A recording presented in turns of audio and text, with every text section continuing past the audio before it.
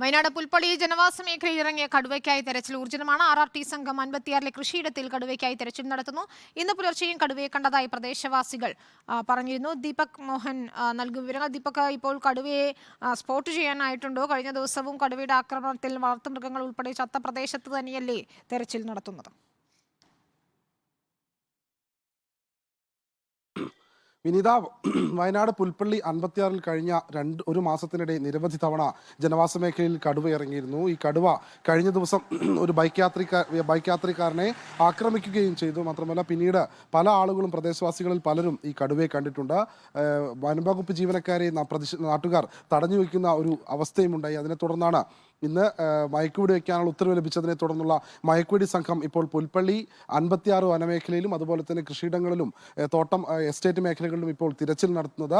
നേരത്തെ ഈ കടുവ ഒരു പ്രായാധിക്യമുള്ള ശാരീരിക അവശതകളുള്ള കടുവയാണെന്നൊരു നിഗമനം വനംവകുപ്പിനുണ്ടായിരുന്നു. ഇതിനെ തുടർന്നാണ് ഇപ്പോൾ തിരച്ചിൽ ആരംഭിച്ചിട്ടുള്ളത്. പുൽപ്പള്ളി 56-ലും അതുപോലെ തന്നെ ആശ്രമക്കൊല്ലി തുടങ്ങിയ മേഖലകളിലും വനംവകുപ്പ് ജീവനക്കാർ തിരച്ചിൽ നടത്തുന്നുണ്ട്.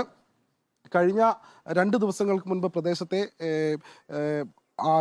ആശ്രമക്കൊല്ലിയിലുള്ള ഐക്കരക്കുടി എൽദോസിന്റെ വീട്ടിലേക്ക് പശുക്കിടാവിനെ കടുവ ആക്രമിച്ചു കൊന്നിരുന്നു. മാത്രമല്ല ഈ പുൽപ്പള്ളിയിൽ വലിയ രീതിയിലുള്ള പ്രതിഷേധമുണ്ടായ സമയത്ത് 56-ൽ കടുവ ആക്രമിച്ചു കൊന്ന പശുവിന്റെ ജഡമാണ് വാഹനത്തിന് മുൻപിൽ പ്രതിഷേധക്കാർ അന്ന് വനംവകുപ്പിന്റെ ജീപ്പിന് മുകളിൽ എടുത്തു വെച്ചത്. അന്ന് മുതൽ തന്നെ ഈ പ്രദേശവാസികളുടെ ഭാഗത്തുനിന്ന് വലിയ ഒരു ആശങ്കയുണ്ടായിരുന്നത്, അതിനൊപ്പം പ്രതിഷേധവും ഉണ്ടായിരുന്നു. ഇതിനെ തുടർന്നാണ് വനംവകുപ്പിന് ഇന്ന് രാവിലെയോടുകൂടി മയക്കുവെടി വെക്കാനുള്ള ഉത്തരവ് ലഭിച്ചത്. ഈ മയക്കുവെടി വെക്കാനുള്ള ഉത്തരവ് ലഭിച്ചതിനെ തുടർന്നാണ് ഇപ്പോൾ RRT ടീം അംഗങ്ങൾ ഈ മേഖലയിൽ തിരച്ചിൽ നടത്തുന്നത്. കടുവ ഈ പ്രദേശത്ത് തന്നെ ഉണ്ടെന്നാണ് വനംവകുപ്പിന്റെ നിഗമനം. അതോടൊപ്പം വനംവകുപ്പിന്റെ തിരച്ചിൽ തുടരുകയാണ്. കടുവയെ പിടികൂടാനുള്ള ഊർജിത ശ്രമങ്ങളാണ് നടത്തുന്നത്. ദീപക് മോഹൻ വിവരങ്ങൾ നൽകുകയായിരുന്നു പുൽപ്പള്ളിയിൽ നിന്ന്.